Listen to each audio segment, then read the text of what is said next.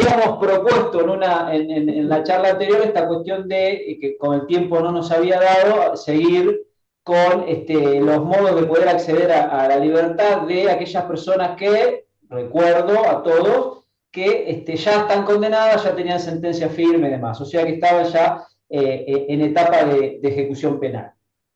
Hay varias maneras, digamos, de poder acceder a algún beneficio liberatorio, y yo no sé si ustedes prefieren arrancar por alguno en particular, si no arrancamos, digamos, desde el más importante y más viejo y vamos bajando en nivel de importancia. Si quieren, arrancamos con la libertad condicional o arrancamos con las salidas transitorias, con lo que quieran.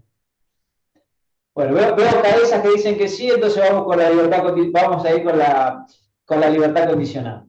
Bueno, la libertad condicional, todos sabemos, es el más conocido de los institutos liberatorios, digamos que establece, está establecido en el Código Penal desde la génesis del Código Penal, desde 1921, sigue estando en el mismo articulado, es el artículo 13, 14, 15, 17. Podemos mencionar también el 50, que habla de reincidencia, después la vamos a tocar ahí muy por arriba, porque si no vamos a necesitar otra charla para hablar de reincidencia y la vamos a cansar a la doctora, sino de poner charlas.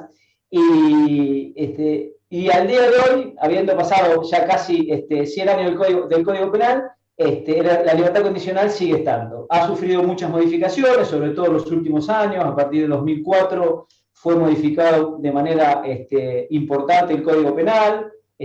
No sé si ustedes recuerdan que la primera modificación importante de lo que es la libertad condicional del Código Penal se dio después del famoso caso Bloomberg, allá por 2004, donde se juntaron, bueno, el papá de un muchacho que había sido asesinado y demás, aprovechó la conmoción social, un montón de firmas, y fue reformado el artículo 13.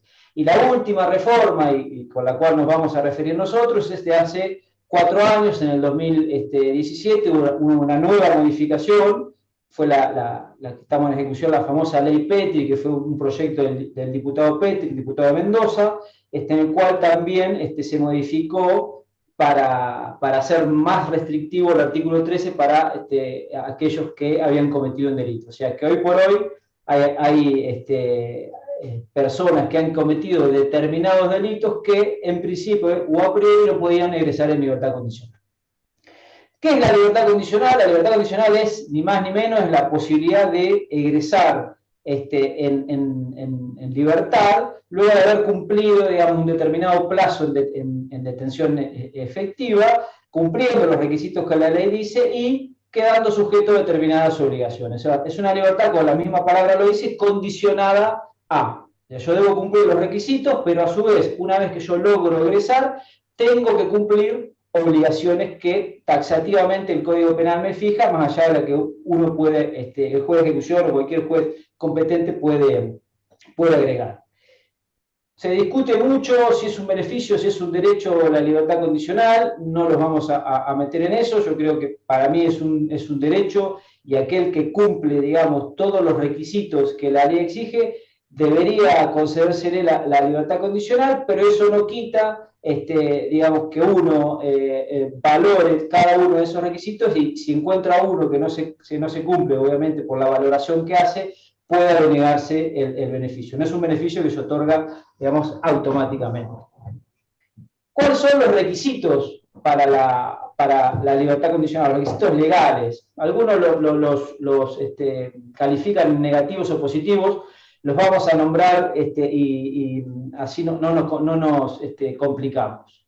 El primer requisito que la libertad condicional tiene es un requisito de tiempo, o sea que nosotros llamamos requisito temporal, o sea, cuánto yo tengo que estar detenido una vez que estoy condenado para poder acceder a la libertad condicional. Y ahí el código marca 3 ítems. Primero marca penas temporales sin la accesoria del artículo 52, es decir, sin la reclusión por tiempo indeterminado, y ahí nos marca un parámetro muy claro que nos dice penas mayores de 3 años, o sea, de más de 3 años de condena, tiene que cumplir las 2/3 partes de la condena. O sea, una persona, por ejemplo, rápido, que fue condenado a 4 años de prisión, las 2/3 partes, por ejemplo, de la condena serían 2 años y 8 meses. Recién a partir de ese tiempo, él puede solicitar la libertad condicional. Después deberá cumplir los demás requisitos.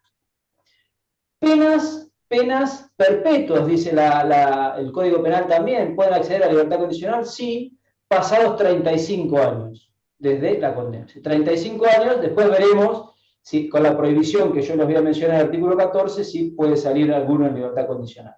Y las penas que son menores de 3 años necesitan 8 meses para poder salir en libertad condicional, para tener satisfecho el tiempo, digamos, para poder ingresar en libertad condicional. Esto es importante, porque si a uno lo condenan 2 años y 6 meses, a los 8 meses yo como abogado defensor podía plantear la libertad condicional. Ahora, si me lo condenan a 3 años y 10 días, ya de ahí tengo que sacar las 2/3 partes, que se va a ir arriba de los dos años. O sea, el límite de los 3 años determina, digamos, una mayor o menor permanencia de una persona que está condenada en prisionización.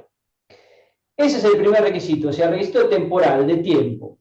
Cumplido ese requisito, empezamos a ver los demás. ¿Por qué? Porque si yo no tengo el requisito temporal satisfecho, cualquier presentación que haga o que haga cualquier abogado le va a ser rechazada, como decimos nosotros, in limine, porque no cumple el requisito del tiempo. O sea, es un rechazo in limine, sin analizar ningún otro requisito. No cumple el requisito temporal, está rechazada in limine la petición.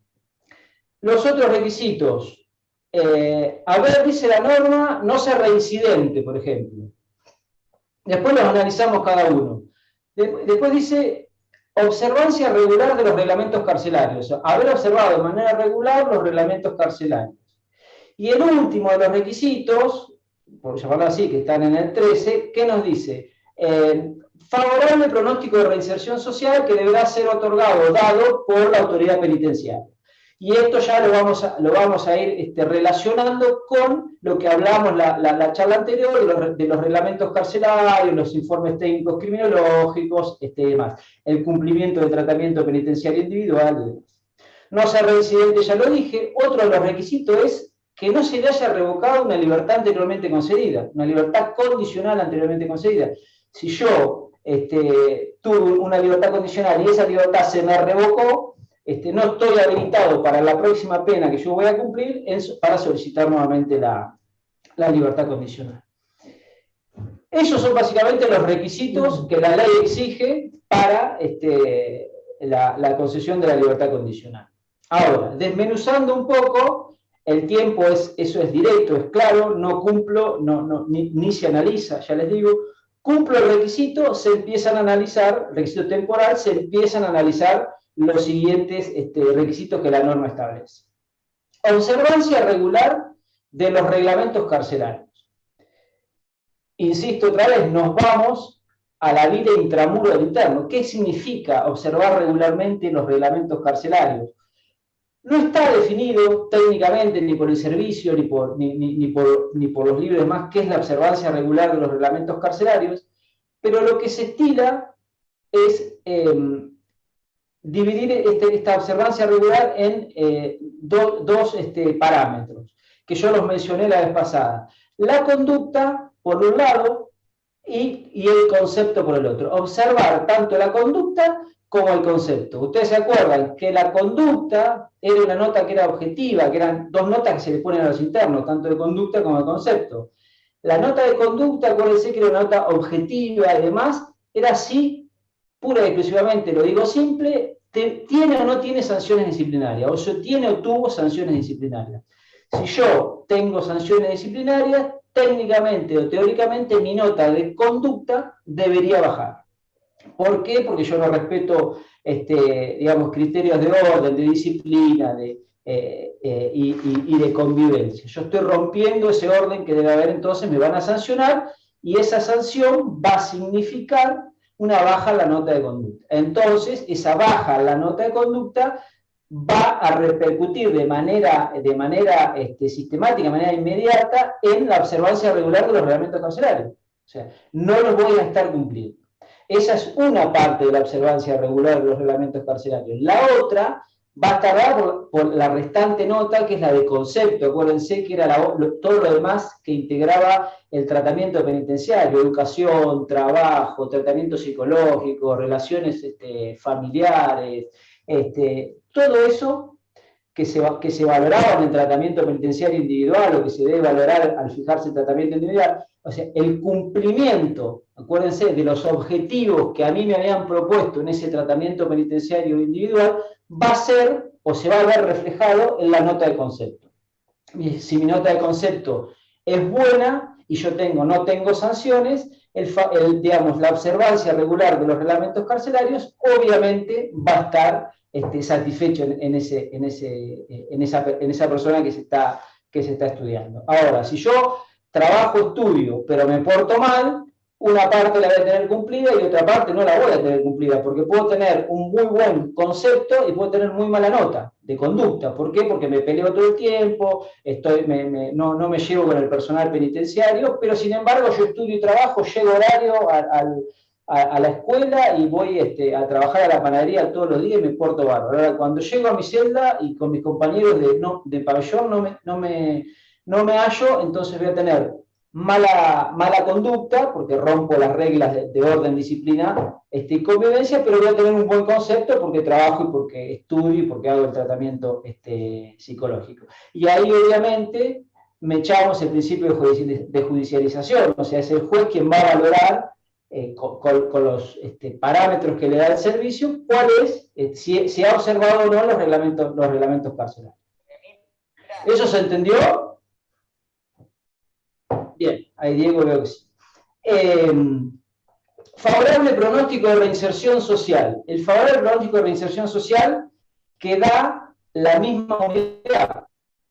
Entonces, terminamos, digamos, haciendo si uno automáticamente resolviera en los términos que la autoridad penitenciaria nos dice, o sea, o viabilidad o inviabilidad, lo que estaríamos haciendo así no sería una función jurisdiccional, sino sería una función de dar valor o aseverar una opinión que nos dan aquellas personas que integran el departamento técnico criminológico de una unidad y que hacen los informes de libertad de esta persona que la está requiriendo. Entonces, ese favorable pronóstico de reinserción social, obviamente que con las constancias que hay en el expediente, con ese principio de inmediación, yendo a las cárceles, charlando con la persona que está privada de libertad, charlando con el interno, y charlando con la familia, uno va a poder hacerse a lo mejor un panorama donde pueda,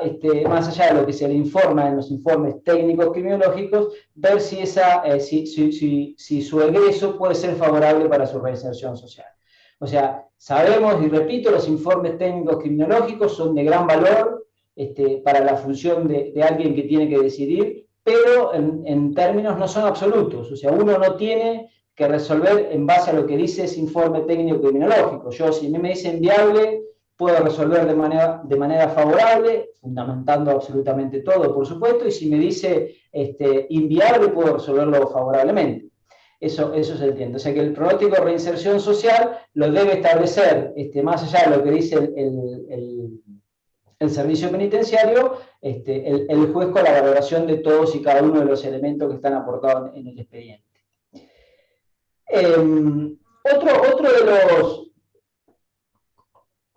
Otro de los requisitos que yo había nombrado es no ser reincidente.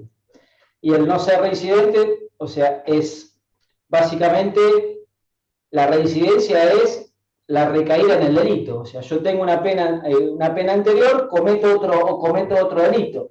Pero no es la comisión porque sí otro delito, sino que para que una persona sea declarada reincidente, debe pasar al menos dos cosas.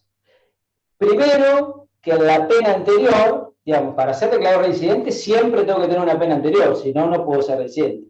Lo que tiene que pasar es que en la pena anterior, esto es medio difícil de explicar, yo cuando lo explico lo hago medio, lo grafico en los pizarrones.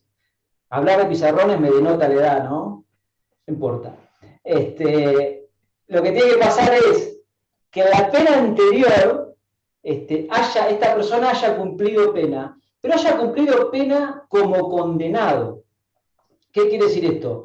Que, un ejemplo, si yo, por ejemplo, cometo un delito y en la pena anterior me fui excarcelado y nunca cumplí pena como condenado, esa detención que yo sufrí en la anterior no me va a servir de base a mí para declarar reincidente a la persona por el segundo delito cometido. ¿Se entiende? O sea, tiene que haber cumplido en la pena anterior pena como condenado. Después no nos vamos a meter ahora, se puede discutir si condenado 10 días, 20 días, 2 meses, hasta llegar a determinado periodo. Eso es para otra charla. Pero el haber cumplido pena como condenado, eso sí tiene que estar satisfecho para la declaración de reincidencia. Y la otra cosa que tiene que pasar, y esta es como más técnica, es que entre el vencimiento de la primera pena y la comisión del nuevo delito, o sea, vencimiento significa cuando se termina una pena. O sea, ustedes saben que se hace un cómputo fija, no sé, la pena empieza en tal fecha, 2 años, a los 2 años fijamos el vencimiento de la pena. O sea, desde el vencimiento de la pena hasta la comisión del nuevo delito, no tiene que pasar, o sea, no tengo que cometer el nuevo delito en el mismo tiempo en el cual yo fui condenado a la primera condena. Se me hace difícil explicarlo sin el pizarrón, porque no es fácil, digamos, si no se maneja un poco el derecho penal, no es fácil de entender. O sea, si yo estoy condenado, pongámosle, en la primer sentencia, a ver si con un ejemplo lo entendemos, a 6 años de prisión, desde el vencimiento de esa pena de 6 años de prisión, yo no debo cometer delitos por 6 años. ¿Se entiende? O sea, esa es la regla general. Ahora, eso tiene dos excepciones, que cuando las penas de la primera condena son menores a 5 años, o sea, el tiempo que tiene que pasar en el medio entre el vencimiento y la nueva comisión nunca puede ser menor a 5 ni mayor a 10. Ejemplo, a ver si lo entendemos. Si mi primer condena es de 2 años de prisión, el tiempo que tiene que pasar entre el vencimiento y la comisión de un nuevo delito no va a ser 2, porque la regla me dice que no puede ser menor a 5, tiene que ser 5. ¿Se entiende? Entre el vencimiento y la comisión de un delito. Si yo tengo una pena de 7 años anterior, entre el vencimiento y la nueva detención, 7 años. Ahora, si yo tengo una pena anterior de 15 años, en el medio entre el vencimiento y la comisión, no, como dice la norma, que no puede ser mayor a 10, yo no debo cometer delitos dentro de los 10 años desde el pasado el vencimiento. Yo no sé si se entiende esto. Bien. Ahora, la etapa de ejecución, o sea, no ser reincidente. Técnicamente, cuando una persona se la condena, o se la va a condenar, uno actualiza los antecedentes y demás, y ahí vos ves si es reincidente o no. Pero suele pasar el caso, en la etapa de ejecución, que vengan sentencias, y cuando uno actualiza los antecedentes, que después les voy a decir cómo hacemos los incidentes y demás, actualiza los antecedentes, ¿qué es lo que pasa? Pasa que no está declarado reincidente, y en los términos, cuando uno analiza estos requisitos que yo les estoy diciendo, resulta ser que debería haber sido declarado reincidente. Bueno, en la etapa de ejecución, nosotros, ya lo han dicho todas las cámaras y demás, podemos corregir esa falencia, y para el caso que advirtamos esta no declaración expresa de reincidencia, podemos denegar la libertad condicional por más que en la sentencia no esté expresamente declarado reincidente esta persona. Ahora, si está declarada expresamente reincidente, directamente hacemos como si no hubiera cumplido el requisito temporal. Lo rechazamos sin límite, porque no cumple uno de los requisitos objetivos, entonces no se analizan los demás requisitos. Sí, no, claro. Que la reincidencia es un estado, ¿sí? Entonces, explicar esto de que la reincidencia es un estado, ya lo dijo la Corte, digo, independientemente de si se declara o no se declara, la calidad de reincidente responde a eso que dijiste vos. Entonces, también puede pasar que está mal declarada la reincidencia. O sea, puede pasar las dos cosas, que no esté declarada o que esté mal declarada. Y también si está mal declarada, también hay que corregir eso. O sea, es lo mismo, ¿sí? la calidad de Estado hace que, independientemente de si está o no, como es un Estado, el juez que le toca intervenir es el que corrige, declara o bueno, valora eso si hace falta. Eso quería aclarar, ¿viste? Porque si no, no queda claro por qué vos podrías... Sí. Que está muy bien la aclaración y yo no le había prestado atención en eso, la verdad que sí es aclaración.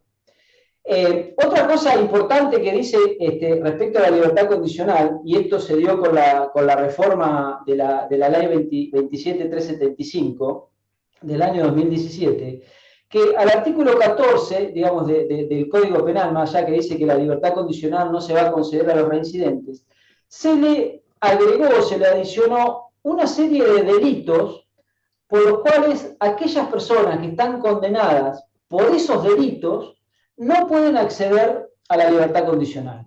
Es un catálogo que empezó, ya les digo, en el 2004 con algunos delitos y en el 2011 se terminó de ampliar. En realidad hoy son 11 delitos y tenemos, digamos, de aquellos llamados más delitos aberrantes y demás, por ejemplo, homicidios agravados, delitos contra la integridad sexual todos, privación de libertad seguida de muerte, tortura seguida de muerte, homicidio en ocasión de robo del 165, los secuestros extorsivos seguidos de muerte, trata de personas o explotación de personas, financiación del terrorismo, por ejemplo, quien fuera condenado por financiación del terrorismo no podría ingresar en libertad condicional.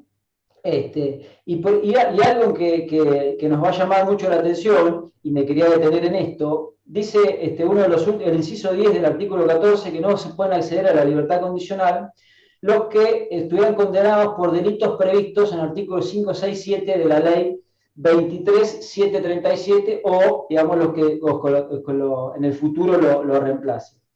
Sabrán, y si no lo saben, lo decimos, es que la ley 23.737 es la ley de estupefacientes. O sea, que no pueden gozar, esta norma dice, se las traduzco, no pueden gozar de libertad condicional, por ejemplo, aquellos que han sido condenados por comercialización de estupefacientes.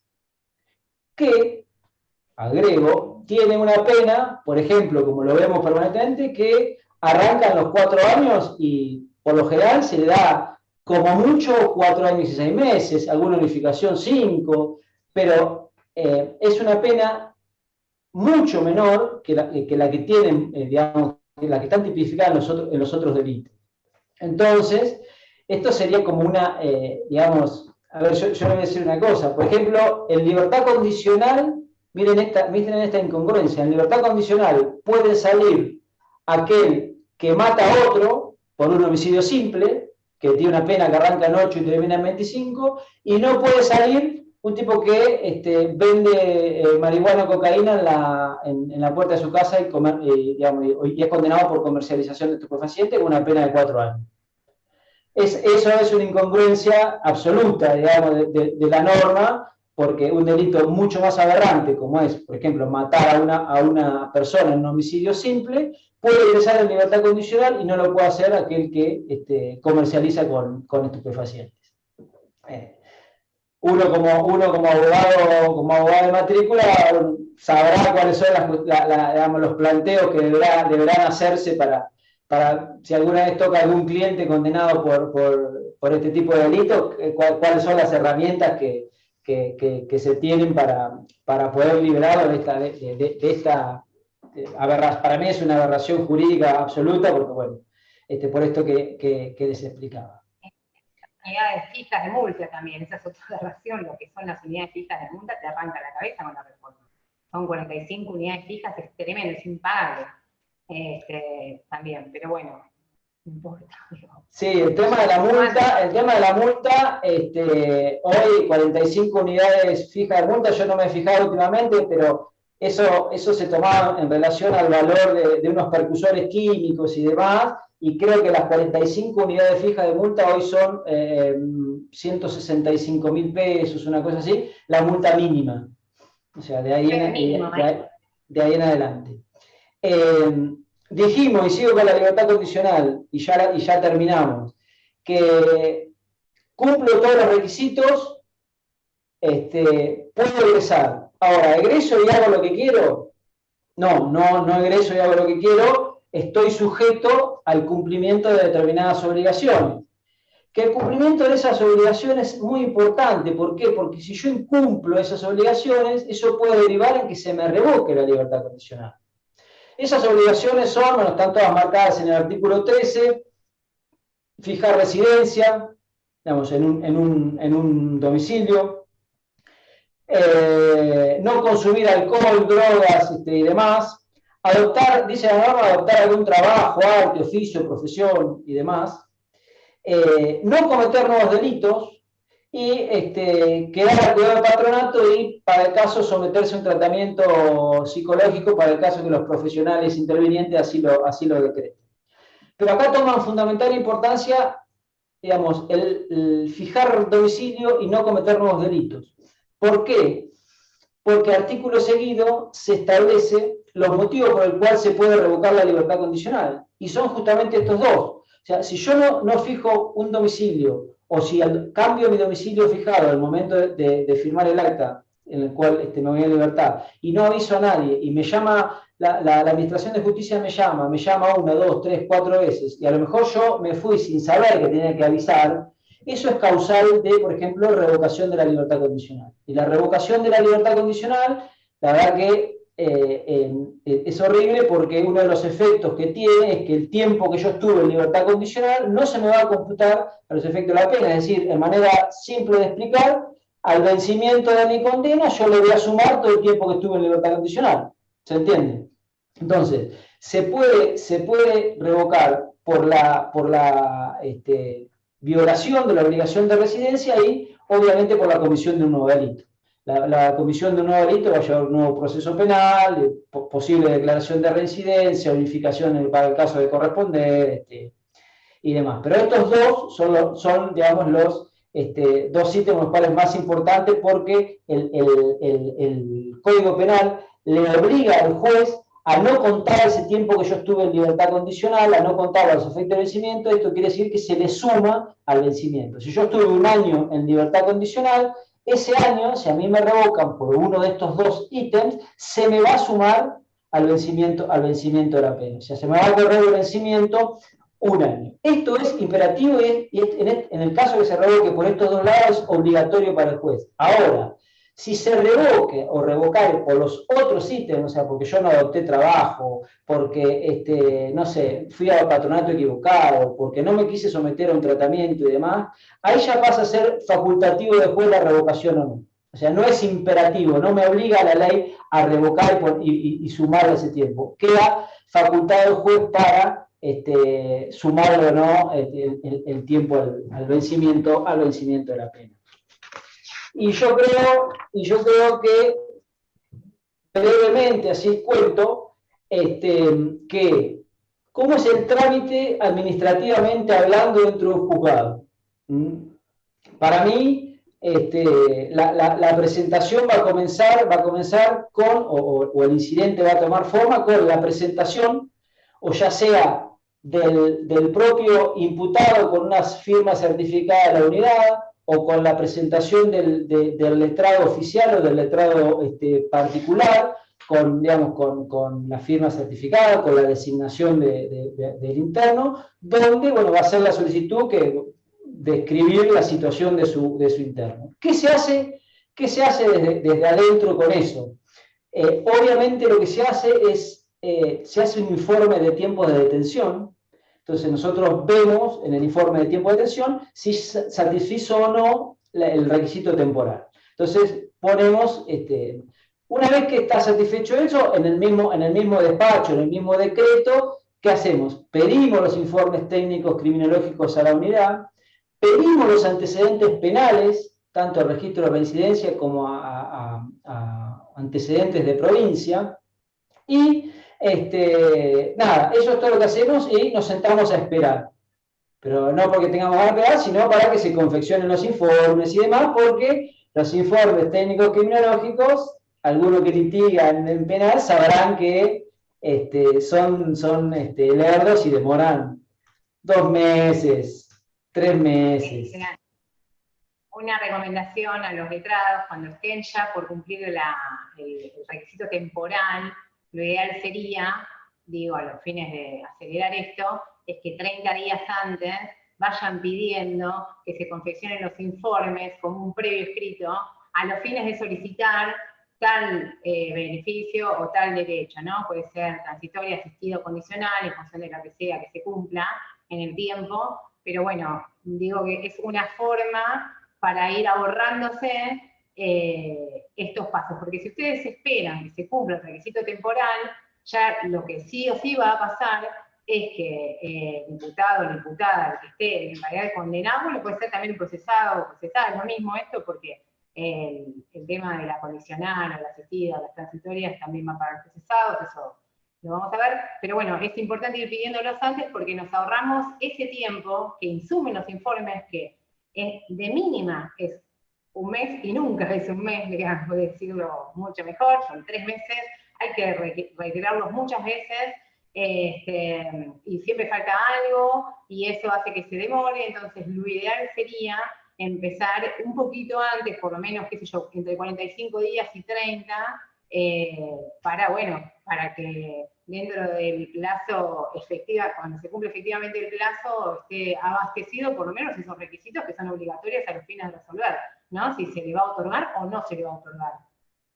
Sí, coincido plenamente, y estuviste generosa con 45 días antes, también 2 meses puede ser antes, pero eso pasa, eso a veces se ve, digamos, si uno viene llevando la persona de esta privada de libertad desde un principio, ya lo ves, hay abogados nuevos que se presentan y ya el requisito está cumplido, entonces se demora aún más.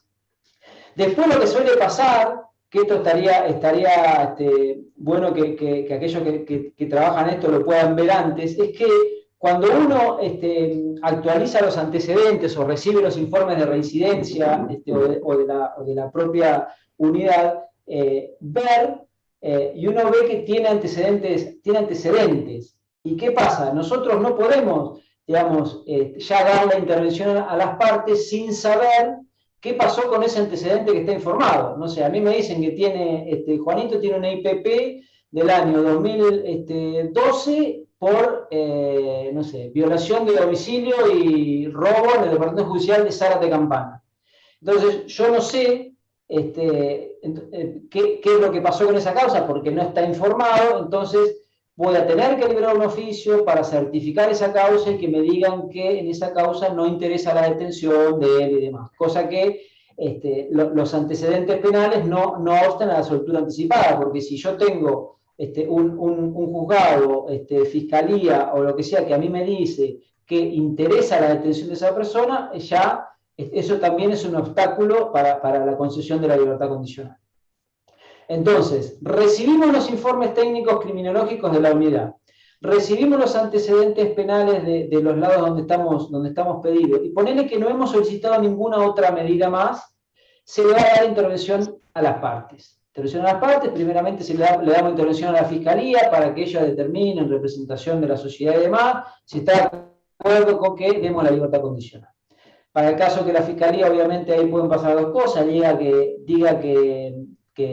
no, obviamente para no vulnerar el derecho de defensa, inmediatamente se le da traslado a la defensa por el mismo término de ley, para que tanto sea oficial o sea particular. Hoy por hoy esto es exactamente lo mismo en términos de tiempo, porque antes, no sé, si había que dar la intervención a la defensa oficial, le llevábamos la causa, y al defensor particular le librábamos una cédula que tenía que ir a notificaciones y después iba el notificador, tocaba la puerta o la dejaba pegada en el casillero. Hoy por hoy, hacer todo digital es exactamente lo mismo.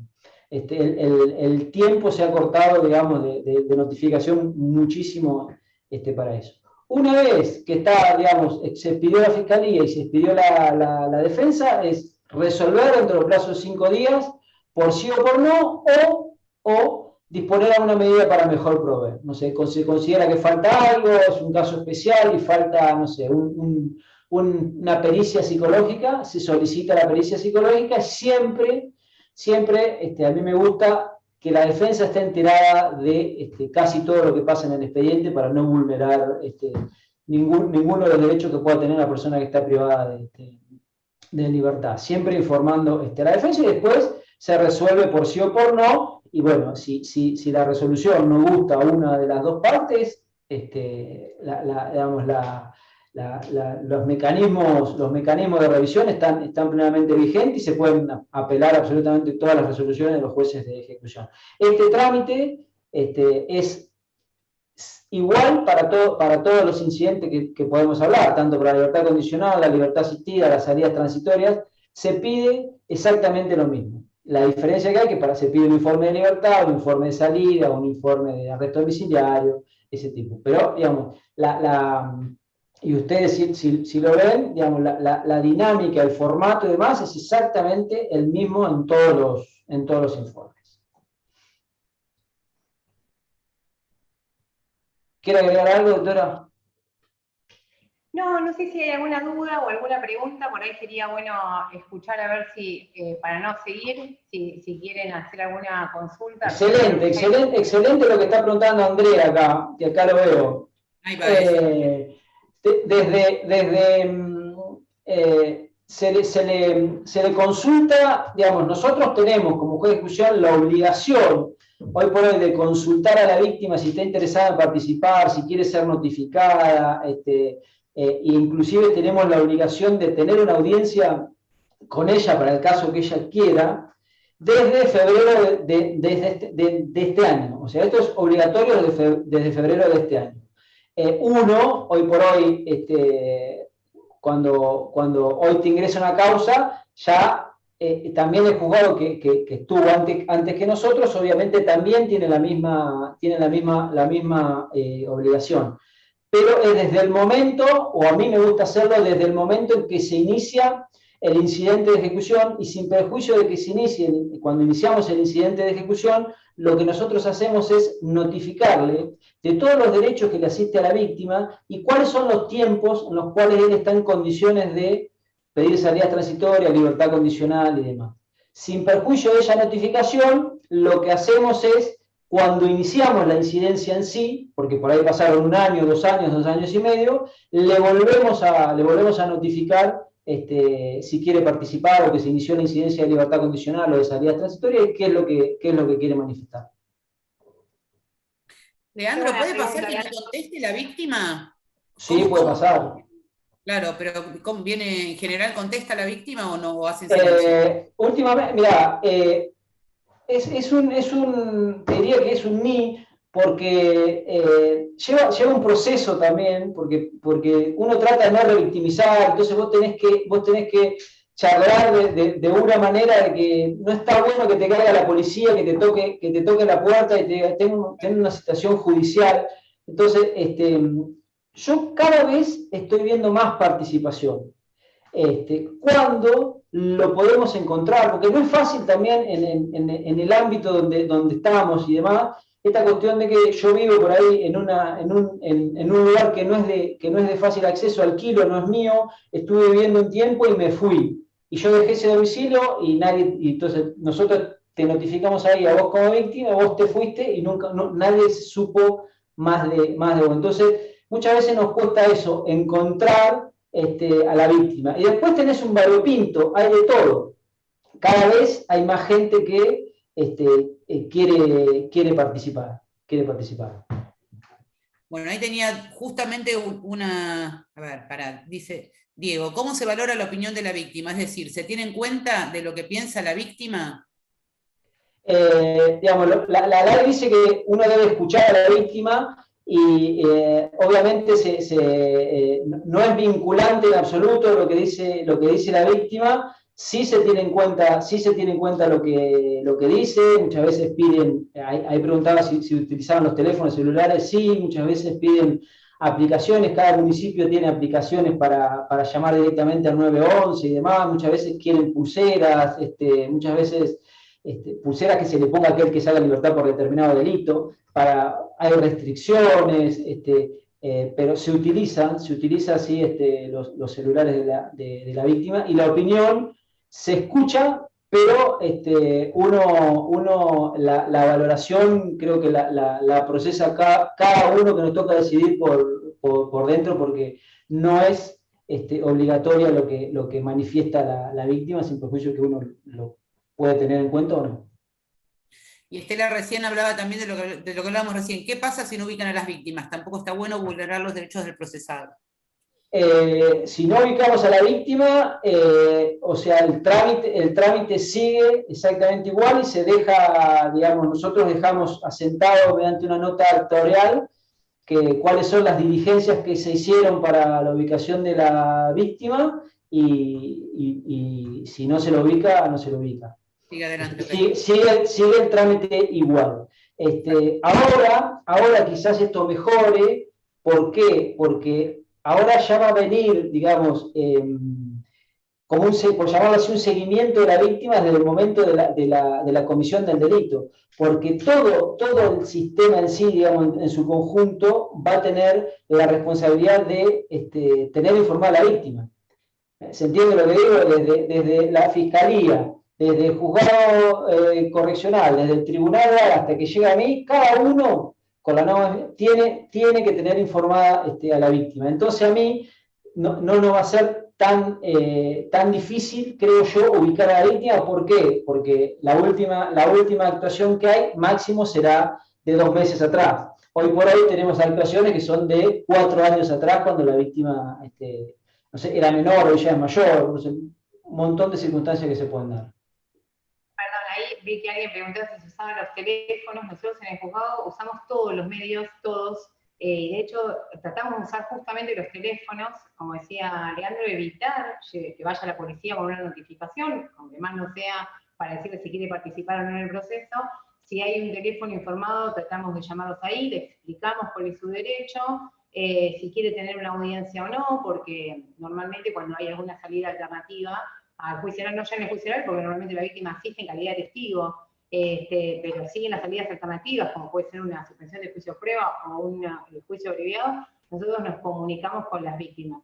Y en el caso de que, por ejemplo, bueno, nos pasó hace poco, ¿no? Teníamos un camionero, por ejemplo, víctima. Bueno, lo llamé por teléfono, le conté de qué iba la cosa, qué sé yo, y el tipo no quería participar, pero igual le explicamos cuál era la situación del detenido, sin hostigarlo, por supuesto, ¿no? Era como para que tenga conocimiento, pero y la verdad es que, como les había dicho en la primera conversación, yo me sorprendí porque la respuesta es muy buena de las víctimas, y lo que sí no sé,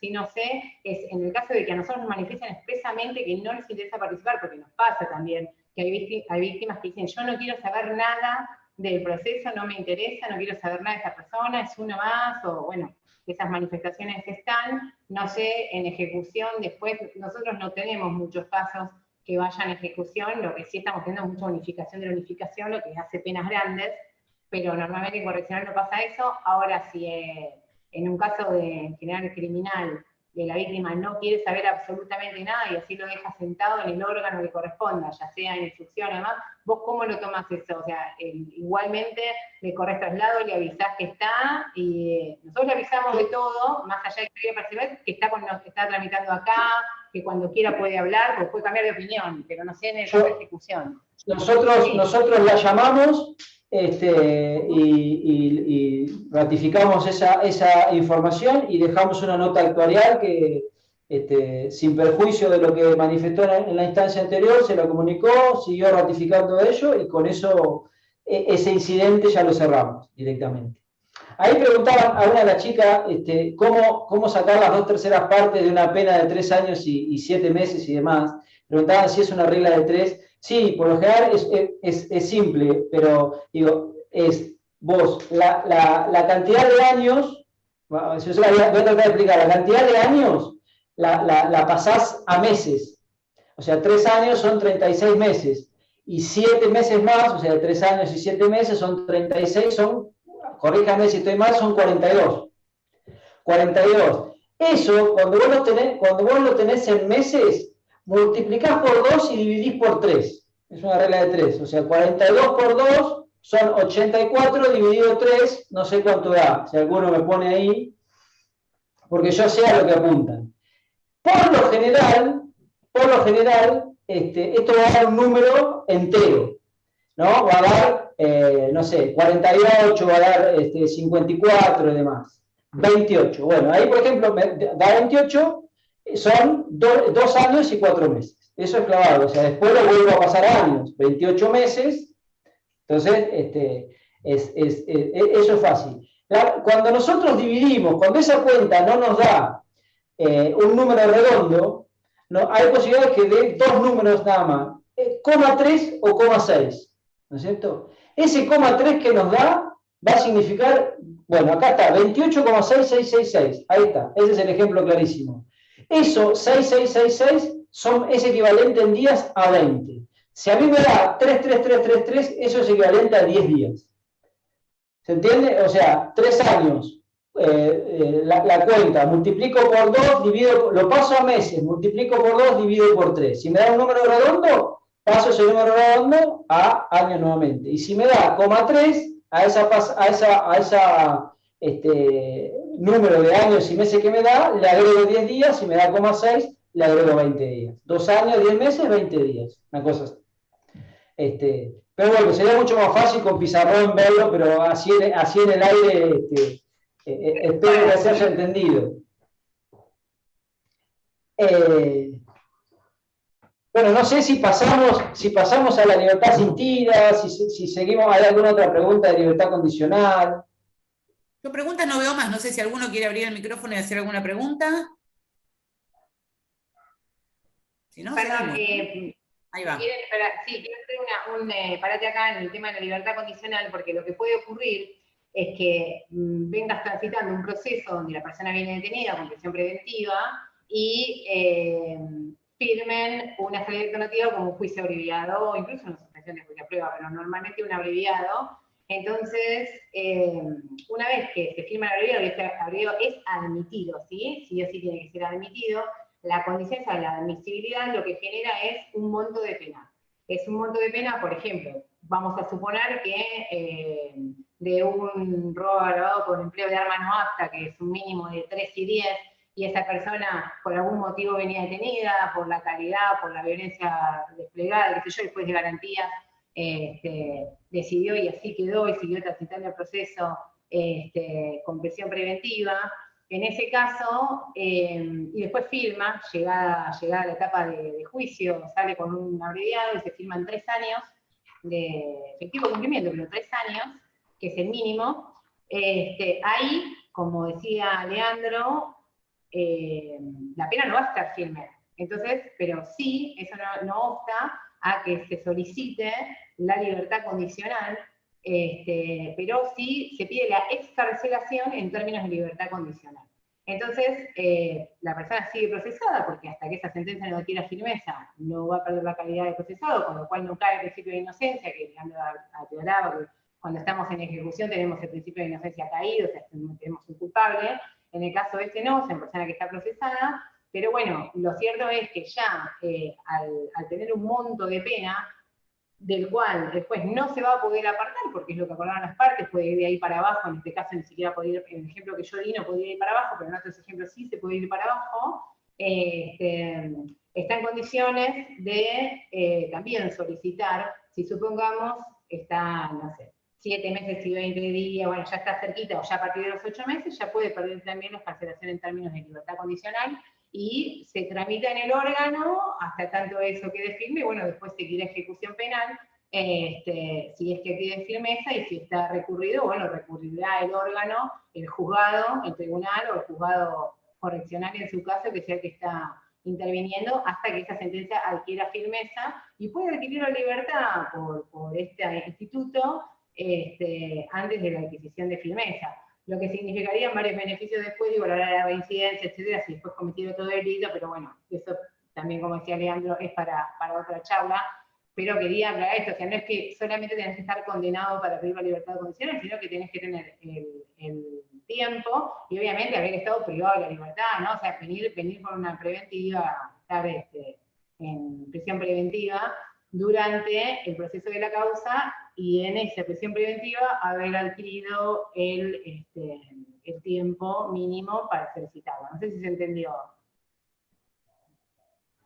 Sí, se entendió. Porque ahí mismo, cuando está la admisibilidad o cuando se les notifica la sentencia, ahí lo pueden pedir. Es un caso muy tradicional, es muy clásico, de que se condene, por ejemplo, 1 año y 6 meses, o lo que fuere, sí, 2 años, 2 años y 8 meses, y en todos se aplica el 13. Entonces, hasta que no adquiera firmeza, es una excarcelación, se pide en términos de excarcelación en términos de libertad condicional, ¿sí?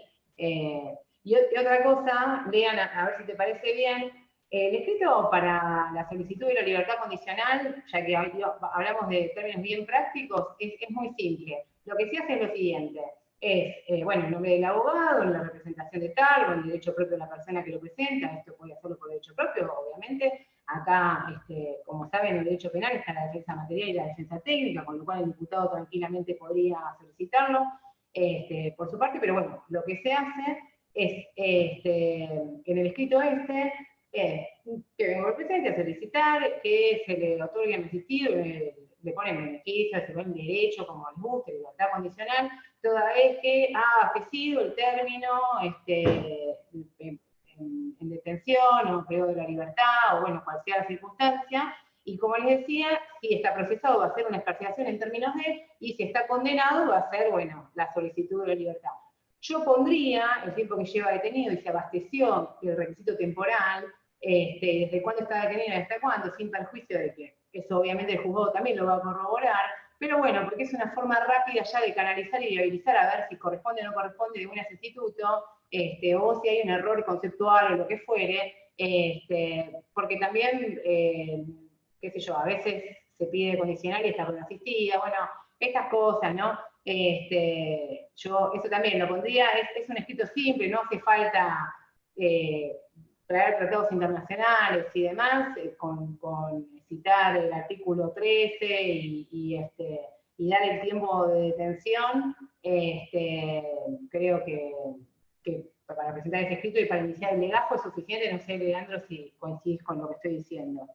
Sí, yo no exijo mucha formalidad en el pedido, digamos, para iniciar, es que no hay ninguna formalidad, simplemente solicitarlo y bueno, si la defensa técnica aporta la mayor cantidad de datos, bienvenido sea, y es importante que aporte la mayor cantidad de datos, pero si no, solamente que cumplió el requisito temporal y con eso ya el incidente se arma y empieza a funcionar, digamos, la maquinaria pidiendo los informes, todo esto que hablábamos hace un ratito.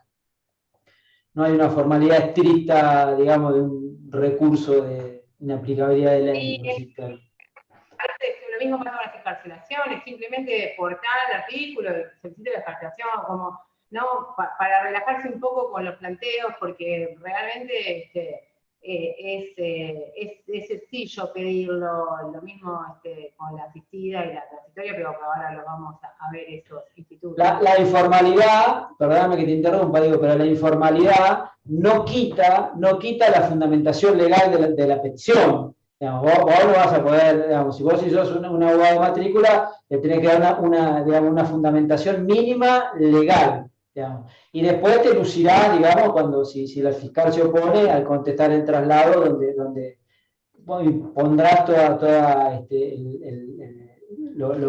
lo que vos considerás que tu asistido hizo para merecer la libertad condicional, y ahí sí, digamos, con un poco más con formalidades y con fundamentos más importantes que la petición misma en sí.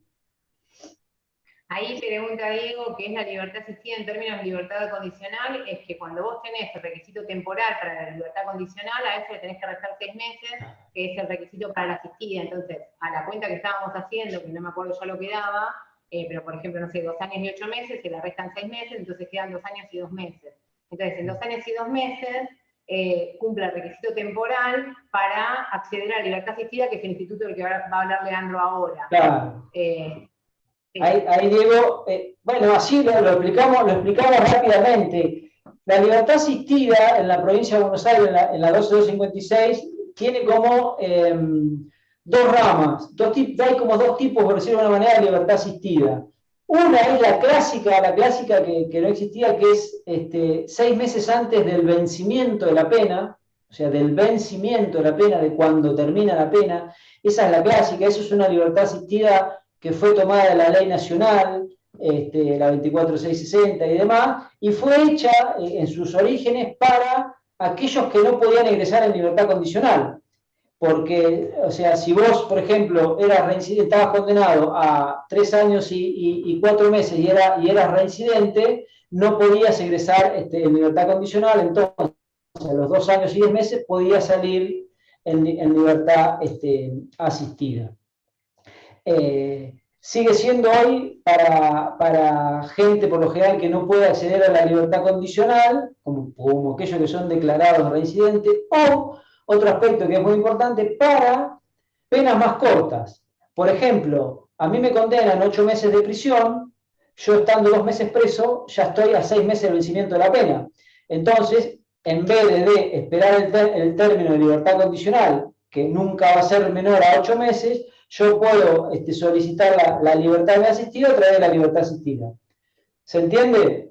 O sea, si yo estoy condenado a 2 años, a 1 año y medio de prisión o 1 año y medio de prisión, voy a tener que esperar 8 meses para la libertad condicional y voy a tener que esperar 10 meses para la libertad asistida. Entonces, en ese caso me conviene la libertad condicional. Ahora, si yo tengo 1 año de prisión de cumplimiento efectivo, a mí me va a convenir la libertad asistida a los 6 meses y no tener que esperar 2 meses más a que se cumplan los 8 meses que establece el Código Penal para las penas menores de 3 años.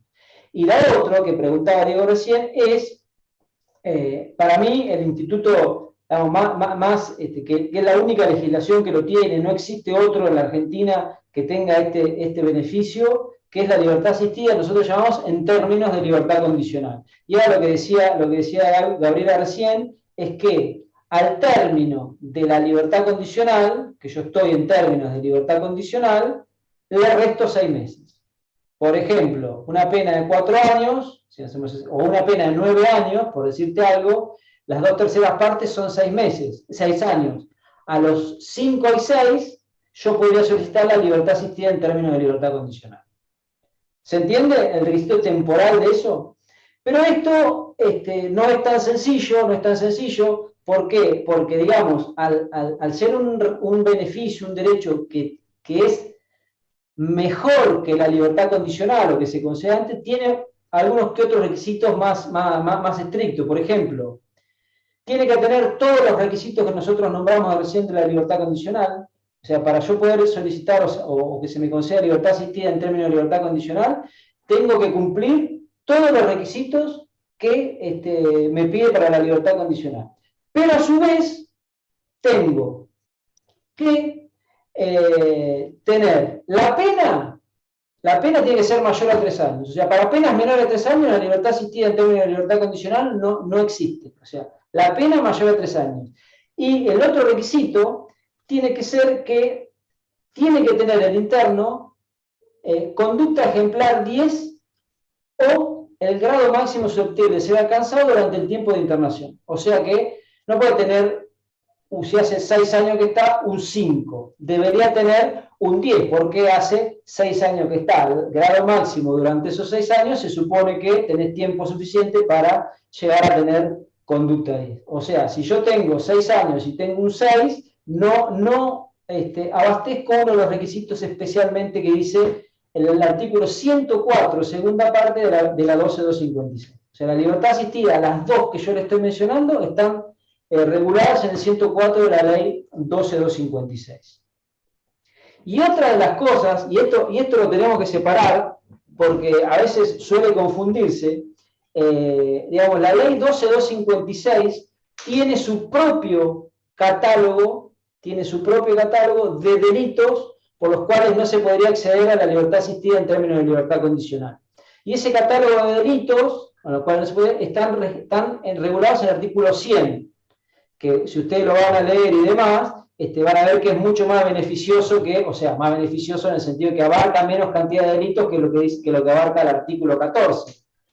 Pero, como la libertad asistida necesita los requisitos del artículo de la libertad condicional, entonces, obviamente, por razones obvias, nosotros nos vamos a remitir al artículo 14 del Código Penal. Entonces, cualquiera de los delitos cometidos por una persona que haya sido condenada por los delitos que yo les mencioné del artículo 14, tampoco, por razones obvias, va a poder acceder a la libertad asistida en términos de libertad condicional. Eso es básicamente saber lo de libertad asistida en términos de libertad condicional. Después, o sea, la libertad asistida por vencimiento de pena, lo que dice, eso lo vemos en el 105 y demás. Hay una frase, una cosa interesante que dice la norma, es que la libertad asistida simple, por llamarla de alguna manera, por vencimiento de pena, solo va a ser, o sea, solo vos la tenés que fundar como juez en caso de denegar la libertad. O sea que la regla general sería que la libertad por vencimiento de pena, o sea, libertad asistida por vencimiento de pena, sería como automática concederla, ¿no? Porque si vos solamente tenés que fundamentar en caso de negarla, en caso de concederla no tenés que decir nada. Pero bueno, la jurisprudencia y demás dicen que tanto para negar como por razones obvias, como para denegar o para conceder la libertad, vos la tenés que fundar para evitar, sobre todo, nulidades, planteo de nulidades que pueden hacer abogados de matrícula, abogados de oficio y demás. Y después, las obligaciones que tiene que cumplir la persona que se le concede la libertad son muy similares a aquellas que impone la libertad condicional, y que se puede revocar también la libertad asistida por comisión de un nuevo delito, porque hay un incumplimiento reiterado, dice, de las obligaciones impuestas. O sea, no es tan taxativo, digamos, como el artículo 15 del Código Penal, sino que nos dice que, bueno, con la comisión de un nuevo delito, obviamente, y por incumplimiento injustificado de una de las obligaciones que se le fijan a la persona que ha salido de libertad. Ahí hay más juego que el juez que les toca resolver tiene por ahí un poquito más de soltura para no revocar o revocar la libertad asistida que ha concedido. Pero la diferencia radical es en los requisitos, que son un poco más estrictos en la libertad asistida en términos de libertad condicional que para la libertad condicional. Le agrega 2 o 3 requisitos que fue los que mencionamos recién.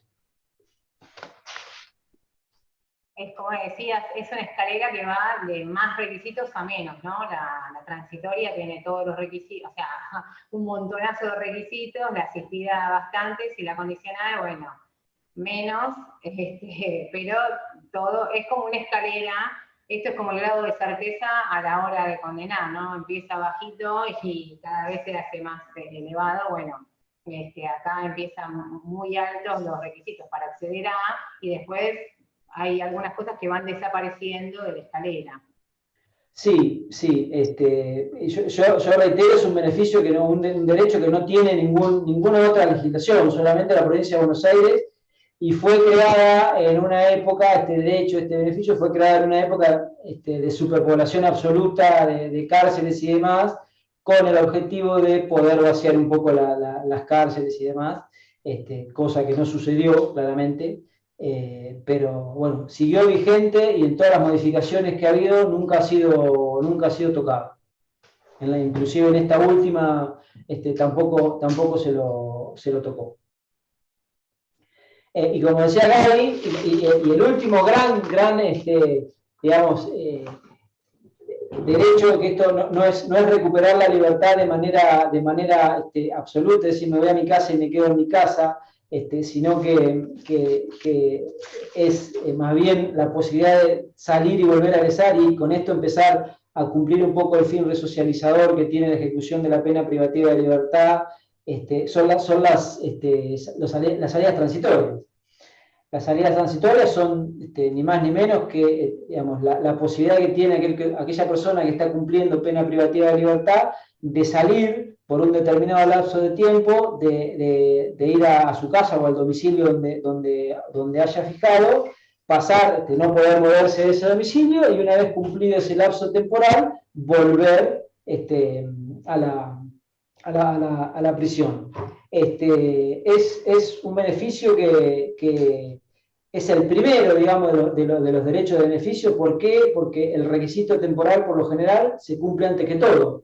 porque la norma establece, el artículo de 147 de la 12.1256, establece que uno de los requisitos del requisito temporal es tener cumplida la mitad de la condena.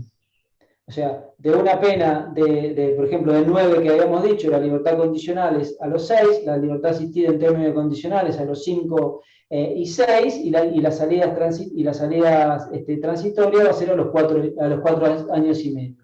Entonces, en la cuestión temporal, y en esto que nosotros hablamos de la progresividad, el primer derecho importante al cual quieren acceder los internos y demás, porque significa salir de todo ese encierro carcelario diario y demás, son las salidas transitorias.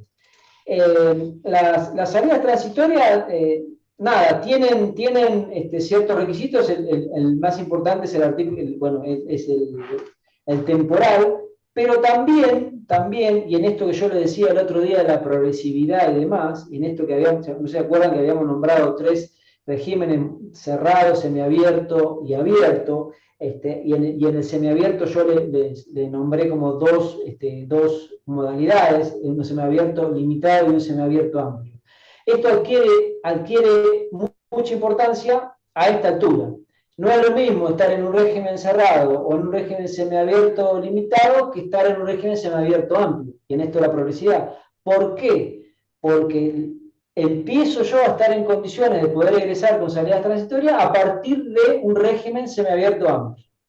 ¿Se entiende? Yo tengo que tener mitad de condena, régimen semiabierto amplio al menos. Esos ya son 2 de los requisitos. Si yo estoy en un régimen cerrado, cualquiera de 2 modalidades, me impide poder egresar con salidas transitorias.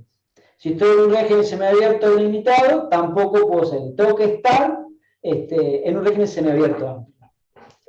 Acuérdense que habíamos dicho que no era secuencial, que podía ser alternativo, que el juez de ejecución o el juez competente podía colocar a un interno que estuviera en un régimen cerrado, lo coloca judicialmente en un régimen semiabierto amplio y concede las salidas transitorias.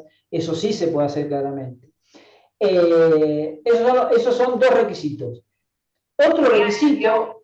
Sí. Bueno, eso que decís de la modalidad que tiene el régimen en el que está, porque muchas veces lo que ocurre es que estamos en el requisito temporal, pero depende en qué unidad también esté, es que va a poder acceder a determinado tipo de régimen. No todas las unidades, hay algunos que tienen modalidad cerrada, nada más, o sea, depende también de dónde está.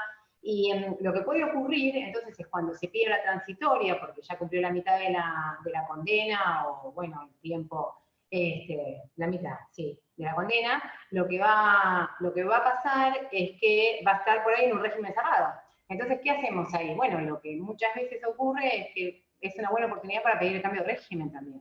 Porque también eso, digo, en la práctica, ¿no? Y en el trabajo, sobre todo de los abogados, o sea, ustedes lo que tienen que pensar, me parece, ya metiéndome en lo que es la praxis, es colocar al imputado, ya el procesado en este caso, condenado en este caso, o procesado también, es lo mismo, en mejores condiciones pagas, ¿no? Y esto es para acceder a los escalones, los peldaños que hay que ir subiendo para acceder a la libertad.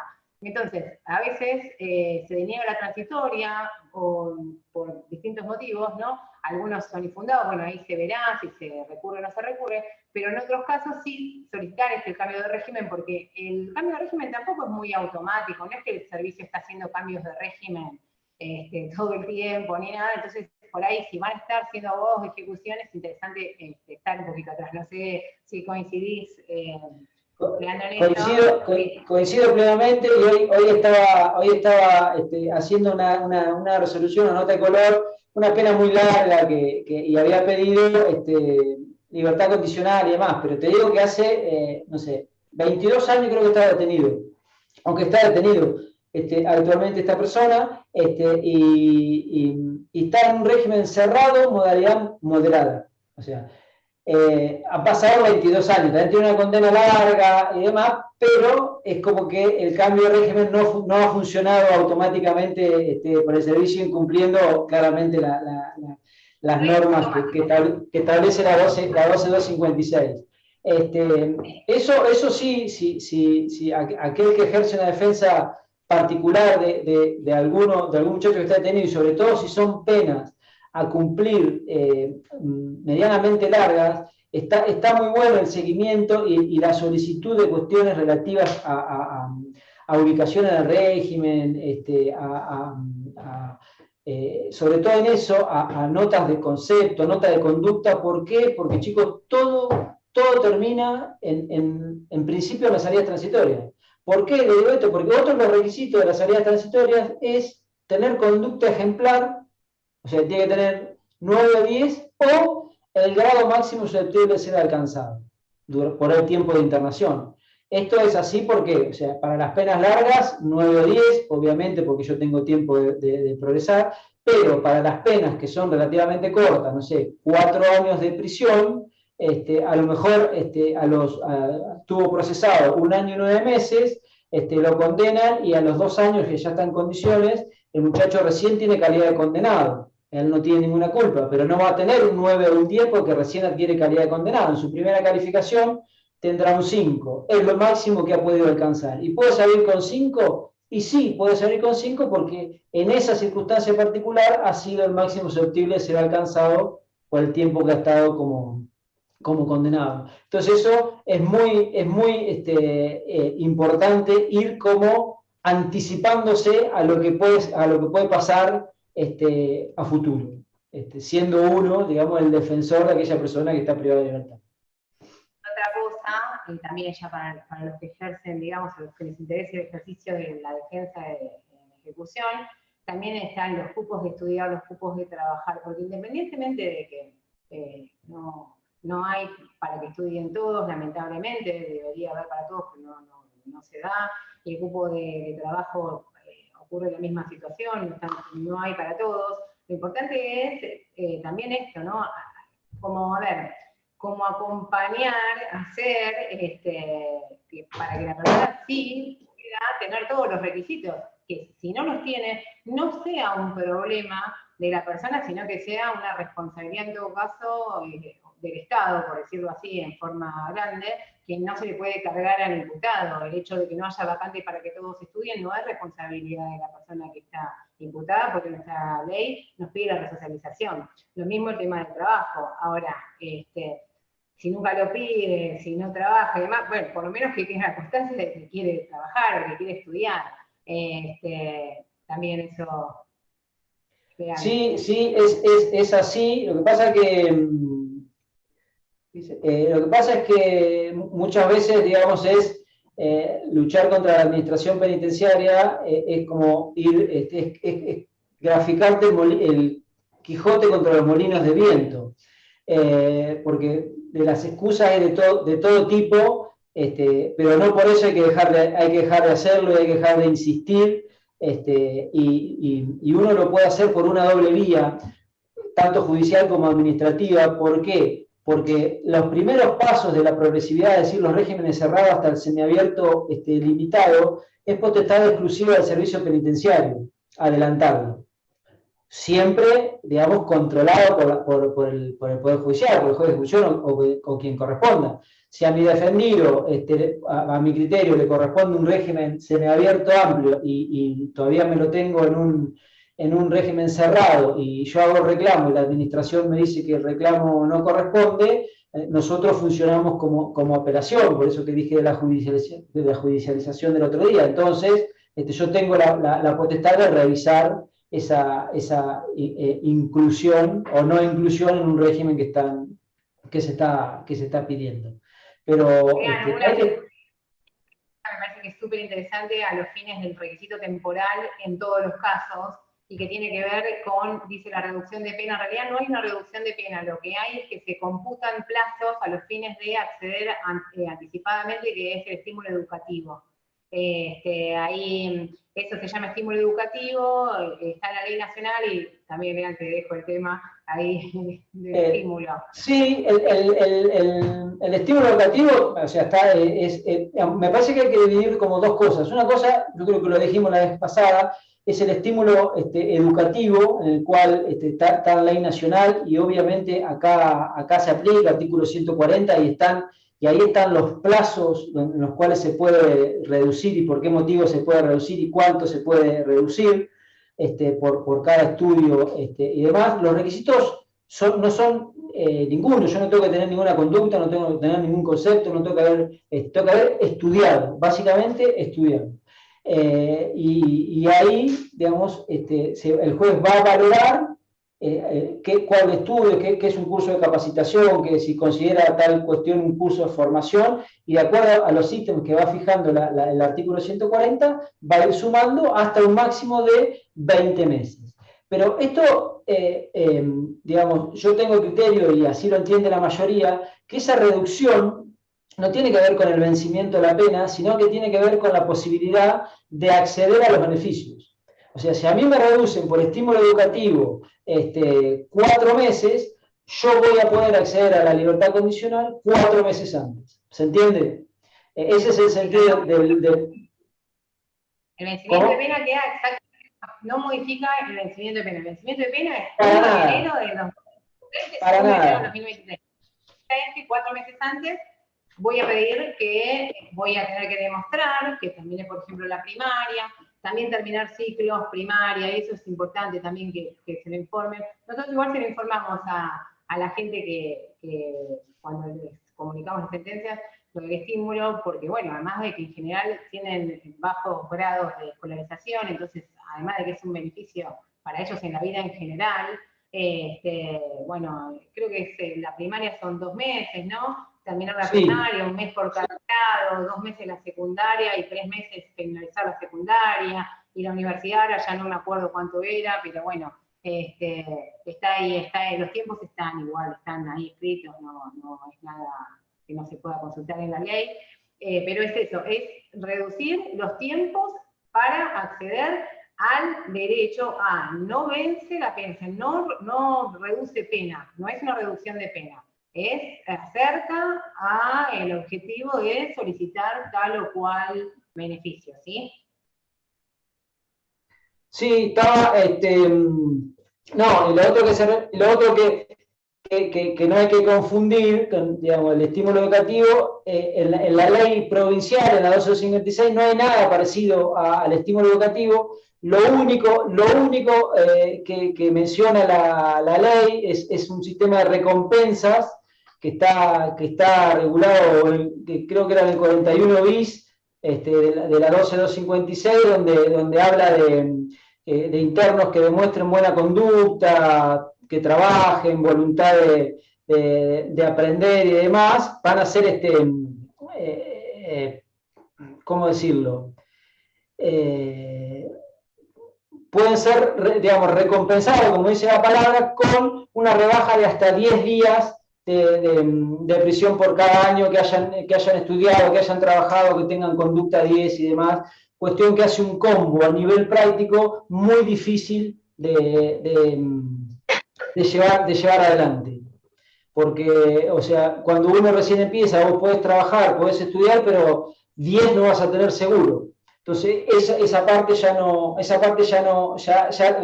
quedás afuera. A lo mejor ahora que no hay cupo podés tener 10 y no trabajás o no estudiás. Y el trabajo y el estudio se toman no por periodo, sino tenés que trabajar y estudiar todo el año. Entonces, a niveles prácticos se hace de muy difícil aplicación lo que menciona el artículo 41 bis de recompensa de la 12256. Mucho más práctico y mejor, con más beneficios y demás, es el estímulo educativo, porque te rebaja el tiempo para acceder a. Lo otro lo que hace, te rebaja simplemente el vencimiento de la pena. Leandro, ¿qué pasa con las salidas transitorias, con las restricciones de circulación, como tuvimos la semana pasada? Nosotros las suspendemos momentáneamente. Y lo que hacemos sí es lo que hicimos durante el aislamiento más estricto del año pasado, las suspendimos y las compensamos. Digamos, yo las suspendo, no sé, yo tenía que salir 5 veces en esos 3-4 meses, esos 5 meses, o sea, yo vuelvo a mi esquema general, pero esas 5 salidas que no perdí las compenso en otro momento. Perfecto. ¿Cuándo se puede salir? Bien. Sí, porque si no es una pérdida de derechos absoluta, aparte si no la compensás, o sea, pierden. Bien. Yo creo que un panorama de algunos institutos liberatorios hemos dado, no sé ustedes qué piensan, ¿no? Abrimos a preguntas. ¿Cómo se gradúan las salidas? Las salidas se gradúan de la siguiente, es a criterio del juez, pero la norma establece, digamos, que vos podés, por el tiempo, vos tenés salidas de hasta 12 horas semanales, salidas de hasta 24 horas semanales o salidas excepcionales de hasta 72 horas por semana. O sea, eso queda al arbitrio del magistrado la cantidad de salidas que le das y horas que le das. Vos podés dar una salida semanal de 24, o sea, va a salir 4 o 5 veces de acuerdo a los días que pida salir el interno. Podés dar 2 salidas de 12 horas por mes y demás. O sea, el tiempo que pueden salir es de 12 a 24 y excepcionalmente por alguna cuestión de 72 horas. Se pueden dar, y por los motivos por los cuales se puede salir son 2 motivos, básicamente. Un motivo para afianzar lazos familiares y sociales, que es las conocidas salidas a la casa, a un domicilio fijado, por lo general el concubino, madre, padre, familia y demás. O, si no, también se autorizan salidas transitorias para cursar estudios de todo tipo, de nivel primario, secundario, polimodal, universitario y demás. Y después se confieren las salidas por el nivel de confianza. Solamente, digamos, con tuición, vos le das la responsabilidad a una persona, a un tutor, que lo va a ir a buscar, lo va a llevar hasta el domicilio donde tiene que permanecer y lo va a devolver a la unidad, o si no, bajo palabra de honor. Por lo general lo que hacemos nosotros, las primeras salidas se dan con tuición, con un tutor, que bueno, primero se lo conecta, se le hace un acta a ver si lo va a recibir, cómo lo puede ir a recibir y demás, y después damos 2, 4 o 6 salidas, de acuerdo a lo que vemos, o 3 o lo que corresponda, con tuición, y después las que siguen, las siguientes, si cumple con todos los requisitos, no llega tarde y demás, se dan bajo palabra de honor. Bajo palabra de honor, nada, salgo yo y doy mi palabra de que vuelvo a tal hora que me toque volver. Esos son cómo se pueden dar las salidas transitorias. Después tenés salidas excepcionales o egresos transitorios, que son por cuestiones más puntuales, que vos das un egreso transitorio para ir al velatorio de tu madre, para ir a la intervención quirúrgica, al nacimiento de tu hijo y demás. Ya son salidas de menos cantidad de horas, 3, 4 horas, no mucho más, para salidas muy puntuales, y esas están descritas, si no recuerdo, en el 23 de la ley 12256. Acá Víctor pregunta si el beneficio de salidas transitorias también se le notifica a la víctima. Sí, todo incidente que se haga se le debe notificar a la víctima, todo. Sí, sin duda. Bueno, acá no tengo más preguntas. No sé si alguno quiere abrir el micrófono y hacer alguna otra pregunta. Bueno, si no, agradecerles muchísimo a Leandro y a Gabriela, la verdad que las charlas que dieron. Debemos haber sido entendidos y medianamente prácticos.